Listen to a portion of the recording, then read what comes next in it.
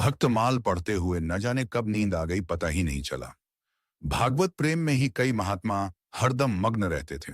इस तरह की लग्न और भक्ति बड़े ही तप से प्राप्त होती है। क्या मुझसे वैसा तप नहीं हो पाएगा? जीवन में भक्ति से बड़ा क्या कोई सुख है?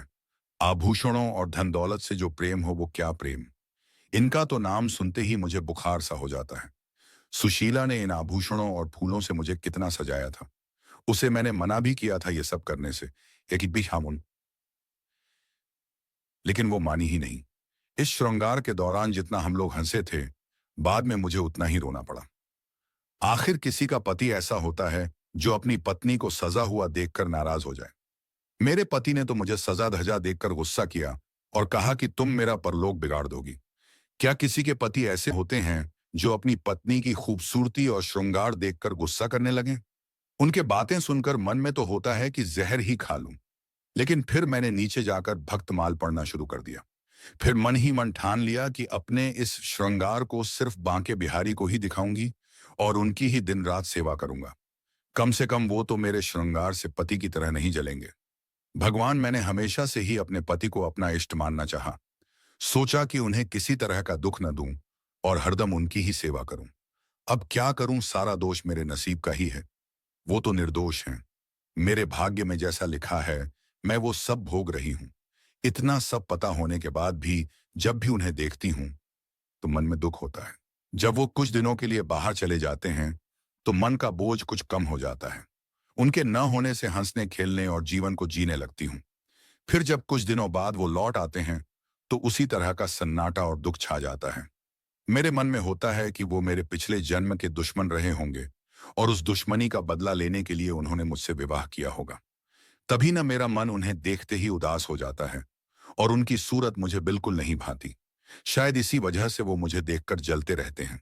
विवाह न किया होता तो शायद आज सुखी होती। किंतु दुनिया का दस्तूर है कि बेटी को किसी किसी न पुरुष के साथ जन्मों के लिए बांध दिया जाता है। यह क्या चाहे जाने कि एक युवती अपने पति को लेकर कितने सपने संजो कर रखती है। उसके लिए उसका पति कितना खास होता है। लेकिन यहाँ सब उल्टा है।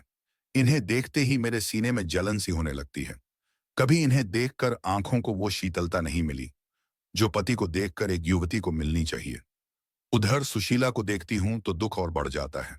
वो हमेशा हंसती मुस्कुराती है, कभी अपनी गरीबी का रोना नहीं रोती। न उसके पास कपड़े अच्छे हैं और न ही गहने। मकान भी छोटा सा है। मन में होता है कि काश मैं अपना धन देकर उसकी परेशानियां ले लेती। फिर होता है कि उसका पति ही उसका सबसे बड़ा धन है। उसी से सुशीला को पूरी दुनिया का सुख मिल जाता होगा।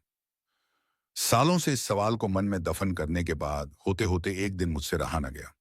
आखिर मैंने अपने पति से यह सवाल कर ही लिया कि आपने मुझसे शादी क्यों की थी। इस सवाल को सुनते ही मेरे पति ने मुंह बना लिया। वो चिढ़ते हुए बोले, अपना घर परिवार संभालने के लिए, और क्या, भोग के लिए नहीं। इतना सुनते ही मैंने पूछा, क्या मैं सिर्फ इस घर का ख्याल रखने के लिए हूं? उन्होंने कोई जवाब नहीं दिया। फिर मेरे मन में हुआ कि पहले इस घर का सारा सामान जहां तहां पड़ा रहता था। नौकर सब पूरा पैसा बर्बाद करते थे। अब मैं आ गई हूं तो इन सब का ख्याल रखना ही मेरा धर्म है और मुझे यह सोचकर खुश होना चाहिए कि इतनी संपत्ति मेरे पास है। पहले मैं पूरे घर का ख्याल इनके बिना कहे रखती थी, लेकिन अब कुछ नहीं करूंगी। ऐसे घर की किसी भी वस्तु को मैं आगे से हाथ नहीं लगाऊंगी। है जी, लेकिन कोई पुरुष विवाह सिर्फ घर संभालने के लिए थोड़ी करता है। उन्होंने जरूर ये जवाब मुझे गुस्से में चिढ़ कर दिया है। वैसे सुशीला ठीक ही कहती थी कि एक घर महिला के बिना अधूरा होता है, ठीक उसी तरह से जैसे एक पिंजरा बिना किसी चिड़िया के खाली लगता है। मैं समझ नहीं पाती हूं कि आखिर इन्हें मुझ पर इतना संदेह क्यों होता है। मैं किसी से बात तक नहीं करती और न ही कहीं बाहर आती जाती हूं। ऐसे में शक करने की कोई वजह भी नहीं है। क्या इन्हें समझ नहीं आता कि मैं घर की इज्जत और मान मर्यादा के बारे में सब कुछ समझती हूँ? किसी भी तरह की गलत हरकत करने की तो दूर, मैं उसके बारे में सोच भी नहीं सकती हूँ। कभी कभी मुझे लगता है कि आधे से ज्यादा उम्र निकल जाने पर विवाह करने वाले बुजुर्ग लोगों का यही हाल होता होगा। बेवजह ही अपनी पत्नी पर शक करते होंगे। सुशीला के बहुत बार कहने पर आज मैं उसके साथ ठाकुर जी की झांकी के दर्शन करने के लिए जाने वाली थी। मैं अपने बाल संवार ही रही थी कि तभी मेरे पति कहीं से आ गए। उन्होंने मुझे देखते ही पूछा, किधर जाने की तैयारी हो रही है? मैंने जवाब में कहा कि ठाकुर जी की झांकी आज निकल रही है, उसी को देखने के लिए सुशीला के साथ जाना है। इतना सुनते ही वो गुस्से में बोले कि तुम्हें कहीं जाने की जरूरत नहीं है। अपने पति की जिससे सेवा नहीं हो सकती है, उसे भगवान के दर्शन से भी कोई लाभ नहीं मिलता है। उन्होंने कहा कि मैं जितनी जानता हूं महिलाओं को अच्छे से। उनकी यह बात सुनते ही मुझे बहुत बुरा लगा। गुस्से में मैंने कपड़े बदल लिए और चुपचाप बैठ गई। मन में हुआ कि उसी वक्त घर छोड़कर चली जाऊं, फिर देखती हूं कि कैसे रोकते हैं। ये क्या आन चारे आए बते तिरे। लेकिन पता नहीं क्या हुआ कि जा नहीं पाई। इनके मन में हमेशा ये होता है कि मुझे हरदम खुश रहना चाहिए, क्योंकि मैं इतने बड़े घर और दौलत की मालकिन हूं। मुझे हरदम इनका गुणगान करना चाहिए। देखो मन मवई कहा नाना जी है। लेकिन ये समझते नहीं है कि धन दौलत ही सब कुछ नहीं होता है। अब ये 3 दिन से बीमार हैं। उन्हें निमोनिया हो गया है और कितने दिनों से यह करहा रहे हैं, लेकिन मैं इन्हें एक बार भी देखने नहीं गई। सभी घर में मौजूद नौकर उनका ख्याल रख रहे थे, लेकिन मेरे दिल में किसी तरह की करुणा इनके लिए नहीं आई। मेरा मन इतना कठोर नहीं था, लेकिन जिस तरह से इन्होंने मुझे इस घर में कैदी की तरह रखा, हरदम शक किया और एक पल भी सुख नहीं दिया, उसके बाद इनके लिए दया मन में नहीं आती है। मन में होता है कि मुझे दिए गए दुखों का भगवान ने इन्हें दंड दिया है। अगर कोई समझे कि महिला को यूं ही किसी पुरुष के गले बांध दें और उसे किसी भी तरीके से रखें, सो पूरी तरह गलत है। सुना है कि वो अपनी बीमारी का दोष मुझे ही दे रहे हैं, लेकिन मुझे परवाह नहीं है। ये चाहें तो किसी को भी अपना धन दौलत दे सकते हैं। इसकी मुझे बिल्कुल जरूरत नहीं और न ही लोभ है। होते होते एक दिन वो गुजर गए। आज उनको गए 3 दिन हो चुके हैं। मैंने उनके जाने के बाद चूड़ियां नहीं तोड़ी। मैं सिंदूर तो पहले भी नहीं लगाती थी और अभी भी नहीं लगाती। मेरे बुजुर्ग पति के बेटे ने ही उनका अंतिम संस्कार किया। घर के सभी लोग तरह तरह के मुझे ताने देते हैं। मेरे बंधे हुए लंबे बाल देखकर सुनाते हैं, लेकिन मुझे जरा भी बुरा नहीं लगता है। ऊपर से मैं सभी को चिढ़ाने के लिए रंग बिरंगी साड़ियां भी पहन लेती हूँ। मेरे मन में होता है कि मैं इस कैद से रिहा हो गई हूँ। एक दिन मैं सुशीला के घर गई। घर में किसी तरह की सुख सुविधा नहीं थी। चारपाई तक वहां पर नहीं थी, लेकिन वो इतनी खुश थी कि उसे देखते ही मन में ऊर्जा का संचार हो जाता है।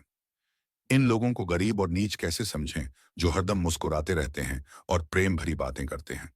भले ही यह आनंद पल भर का था, लेकिन इससे जीवन सफल सा लगता है। फिर एक दिन मैंने सुशीला से पूछा कि अगर तुम्हारे पति किसी दिन परदेश नौकरी के लिए चले गए, तो क्या तुम उनकी याद में रो रो कर अपनी जान दे दोगी? सुशीला जवाब में बोली, नहीं, जान तो नहीं दूंगी, लेकिन उनकी याद से हरदम मन आनंदित होता रहेगा। भले ही वो सालों परदेश में रह लें, लेकिन उनकी याद हमेशा ही मुझे खुशी देती रहेगी। मैंने भी कहा कि सुशीला, मुझे भी ऐसी ही खुशी चाहिए, जिसके आनंद में हमेशा मैं झूमती और गाती रहूं। ऐसा आनंद जो कभी कम ही ना हो। मन आजकल काफी परेशान और चंचल था। होता था कि कहीं एकदम उड़ जाऊं। भक्ति के ग्रंथों को पढ़ने का भी मन न था और न ही बाहर कहीं सैर करने का। ऐसा लगता था कि मन को पता ही नहीं उसे क्या चाहिए, लेकिन मेरे दिल में अपने पुराने दुख ही चल रहे थे। अब मुझे किसी की भी निंदा से फर्क नहीं पड़ता था। दिमाग में यह बात भी उठ रही थी कि मेरे माता पिता ने पैसों के लोभ में बूढ़े से विवाह करवा दिया, और उसने भी सिर्फ अपनी जिद पूरी करने के लिए मेरी मांग में सिंदूर डाला, लेकिन जिंदगी भर शक ही करता रहा। एक दिन घर के सभी लोग सो रहे थे। कमरे में मेरा दम घुट रहा था, इसलिए मैं दौड़कर उस घर से बाहर की ओर भाग गई। तभी मुझे एक बुढ़िया दिखी। मेरे मन में हुआ कि कहीं वो कोई चुड़ैल ना हो। तभी बुढ़िया ने कहा कि किसका रास्ता देख रही हो? मैंने जवाब में कहा, अनाने तम बैठ आई हूं, इन हाथमा मरने की राह देख रही हूं।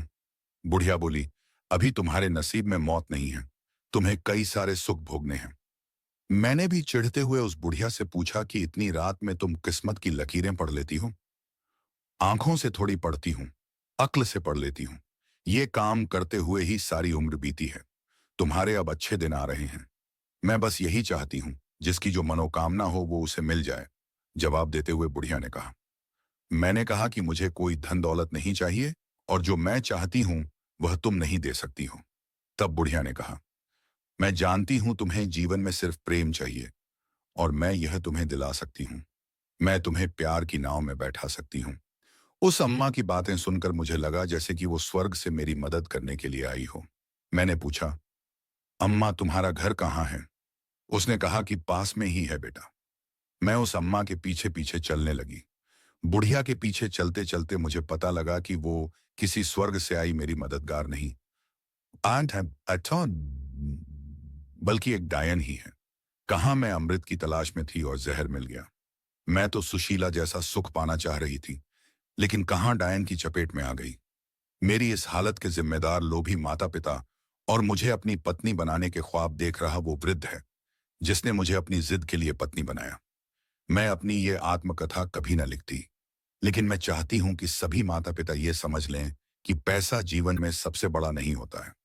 मेरी चाहत है कि सब लोगों को मेरी आत्मकथा से मालूम हो कि लड़कियों का विवाह यूं ही किसी से नहीं कर देना चाहिए। किसी भी लड़की का गला इस तरह से वृद्ध से विवाह करके न घोंट दो। अब मेरे जीवन में कुछ भी नहीं बचा। सब कुछ सिर्फ माँ बाप के एक फैसले से खत्म हो गया। कहानी से सीख, बेटी का विवाह हमेशा योग्य वर से ही करना चाहिए। ऐसा न करने से उसका जीवन नरक के समान हो सकता है। योग्य वर न मिले तो सही वक्त के लिए रुकिए, लेकिन आनंद फानन में किसी से भी यूं ही बेटी का विवाह न करें। मुंशी प्रेमचंद से जुड़ी और भी मजेदार व सिख से भरी कहानियां सुनने के लिए हमारे चैनल को जरूर सब्सक्राइब करें।